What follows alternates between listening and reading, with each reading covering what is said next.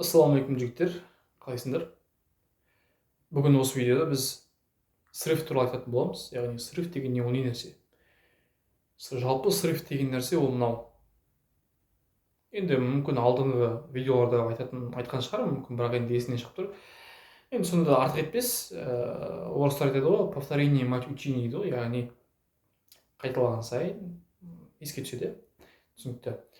Мысалға, срыв деген не нәрсе? Ол сен воздержаниеде жүрсің, және бір уақытта сен порно көргің келді, порно көріп, соған мастурбация жасадың.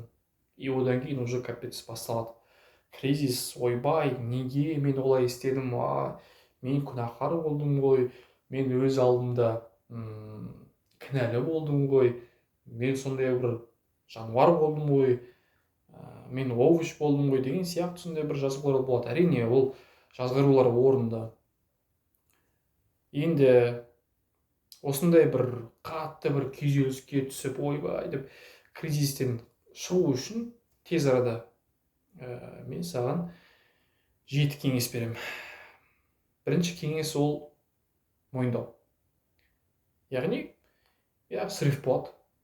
Сен өзіңе мойындайсың. Ерасыл, сарбаз. Менде срыв болды. Мен порно көрдім. Алдағы уақытта не істеу керек? Енді сүрінбейтін тұяқ жоқ, жаңылмайтын жақ жоқ. Алдағы уақытта бұл қателіктерді істемеуге тырысам. Яғни, ничего страшного.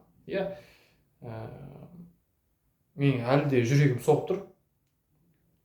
Яғни, менде мүмкіндік бар.